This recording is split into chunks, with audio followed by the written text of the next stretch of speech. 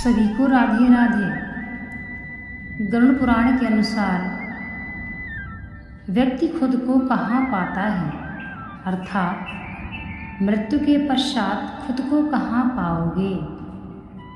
दोस्तों, मृत्यु के तुरंत पश्चात व्यक्ति प्रेत योनि में चला जाता है तथा प्रेत योनि में जाके आत्मा को बहुत कष्ट होता है। गरुड़ पुराण में भगवान कहते हैं, हे गरुड़, हे विंदा के पुत्र कश्यप नंदन, मृत्यु के पश्चात आत्मा को यम मार्ग में बहुत कठिनाइयों का सामना करना पड़ता है।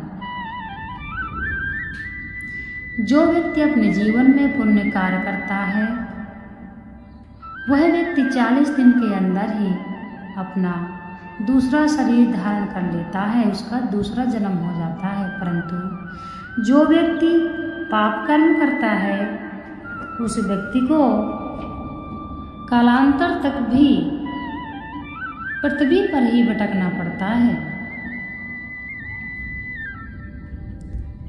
नंबर 1, यमदूतों का आना। जब व्यक्ति की मृत्यु होती है तो वहां पर यमदूत आ जाते हैं। नंबर 2, यमदूत आत्मा को जकड़कर ले जाते हैं तथा यम मार्ग में 16 नगर में जितने भी कष्ट हैं और जितनी यातनाएं हैं वह पापी आत्माओं को भुगतना पड़ता है। नंबर 3, बैतरणी नदी का पार करना। बैतरणी नदी बहुत ही भयानक है, परंतु जो व्यक्ति अपनी जिंदगी में अच्छे कर्म करता है उस व्यक्ति के लिए यह नदी सुख देने वाली है। तथा जो व्यक्ति अपने जिंदगी में गलत कार्य करता है, पाप करता है, जीवों को मारता है, काटता है, अपने माता पिता को दुख देता है, गुरु का अनादर करता है, पत्नी को कष्ट देता है, ऐसे व्यक्ति को बैतरणी नदी में बहुत ही कष्ट भोगना पड़ता है। पापी आत्माओं को देखकर यह नदी का जल इस प्रकार से उबलता है जैसे आग में रखा हुआ घी। मांस, हाड़ तथा रक्त पीप से भरी हुई नदियाँ अत्यंत भयानक है तथा पापी आत्माओं को सजा देने वाली है। यमदूत आत्मा को पकड़कर यमराज के पास ले जाते हैं तथा चित्रगुप्त वहां पर उस आत्मा के जीवन में जो व्यक्ति ने जैसे कर्म किया है उसका सारा उल्लेख, सारा उसके जीवन का लेखा जोखा यमराज को बताते हैं तथा उसके कर्मों के अनुसार ही उस जीवात्मा को जन्म मिलता है। यदि अपनी जिंदगी में व्यक्ति अच्छे कर्म कर लेता है तो उस व्यक्ति को यम मार्ग में कठिनाई नहीं होती तथा 40 दिन के अंदर उसको नया जन्म मिल जाता है।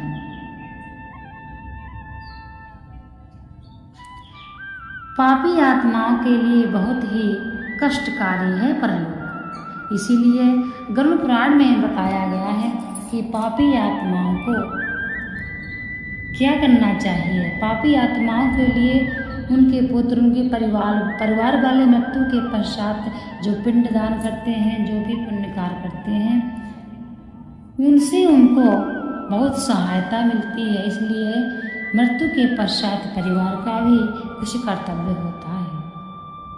13 दिन तक आत्मा घर में ही रहती है, इसलिए 10 दिन तक पिंडदान होता है। 10 दिन तक पिंडदान होता है, उस पिंडदान से ही उसका शरीर बनता है। जिन आत्माओं को पिंडदान नहीं होता है, जो सा व्यक्ति यदि किसी की मृत्यु हो गई, उसके परिजन उसका पिंडदान नहीं करते हैं, उसको बहुत कष्ट मिलता है। इसीलिए हमारे गरुड़ पुराण में सब कुछ बताया गया है। इसको पढ़कर मनुष्य अपने जीवन के गति को भी सुधार सकता है। हर व्यक्ति का परम कर्तव्य है कि वह अपनी जिंदगी में ऐसे कर्म करे कि इस लोक और परलोक में उसे कष्ट न भोगना पड़े। अपनी किस्मत का जिम्मेदार स्वयं व्यक्ति है। अपने जैसे व्यक्ति कर्म करता है वैसी उसकी किस्मत भी होती है। गरुड़ पुराण वैष्णव संप्रदाय से संबंधित है। इसके अधिष्ठाता देवता सृष्टि के पालनकर्ता भगवान नारायण है तथा मनुष्य के हित में बड़ी ही अच्छी बातें गरुड़ ने भगवान से पूछी। तब नारायण यह सारी बातें मनुष्य के हित के लिए ही बताए हैं।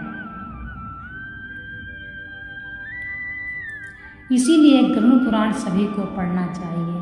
बहुत से व्यक्ति गरुड़ पुराण को पढ़ने में भयभीत होते हैं, परंतु ऐसा नहीं है। गरुड़ पुराण हमें अवश्य पढ़ना चाहिए, हमें अवश्य समझना चाहिए। कहते हैं जो व्यक्ति गरुड़ पुराण का अपने घर में नियमित पाठ करता है उस घर में कभी किसी की अकाल मृत्यु नहीं होती है। भगवान विष्णु कहते हैं, हे गरुड़, तुमने बड़ी ही अच्छी बातें पूछी हैं। गरुड़ कहते हैं, हे भगवान, मनुष्य कैसे कर्म करे कि उसको यम मार्ग में यातना ना मिले। तो भगवान कहते हैं, हे गरुड़ सुनो, यदि व्यक्ति अपनी जिंदगी में अपने गुरु का सम्मान करता है, भगवान नाम का जप करता है, ईश्वर की भक्ति करता है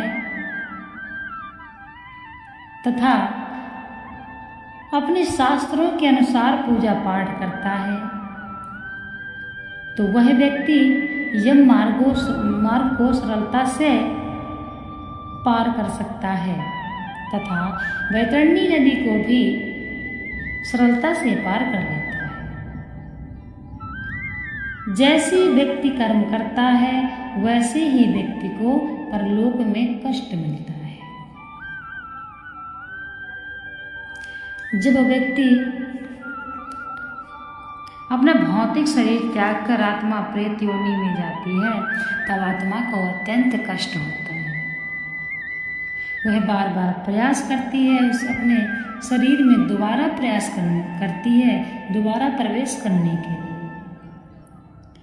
जब भौतिक शरीर का किसी मनुष्य का त्याग होता है अर्थात आत्मा प्रेत योनि में जाती है तब आत्मा को बड़ा कष्ट होता है, रोती है, बिलखती है, हाय हाय करती है, भ्राता भ्राता करती है और अपने शरीर को देखकर उस शरीर की मोह करती है और उस शरीर में दोबारा प्रवेश करने की बहुत यातनाएं करती है। अपने परिजनों को रोता हुआ देखकर बिलखती है।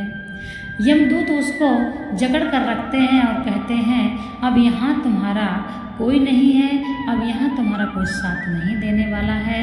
तुम कितना भी चिल्लाओ तुम्हें यहाँ कोई महसूस नहीं कर सकता है। अब तुम हमारे साथ चलो, अब यह संसार तुम्हारे लिए नहीं है, बस इतने दिन के लिए ही तुम्हें यहाँ पे रहना था। अब तुम हमारे साथ चलो, यहाँ की चिंता छोड़ो, यहाँ की मोह ममता छोड़ो। अब यहाँ तुम्हारा कोई नहीं है, ये संसार अब तुम्हारा नहीं है। भौतिक शरीर जब तक तुम्हारे पास था तब तक के लिए ही यह शरीर था, अब तुम इस संसार से चलो। आखिर यमदूतों की बात सुनकर आत्मा को बोध हो जाता है और वह यमदूत की बात मानकर यमदूतों के साथ चल देती है। तो यह बात सत्य है। गरुड़ पुराण में जितनी बातें बताई गई हैं सभी को पढ़ना चाहिए, समझना चाहिए।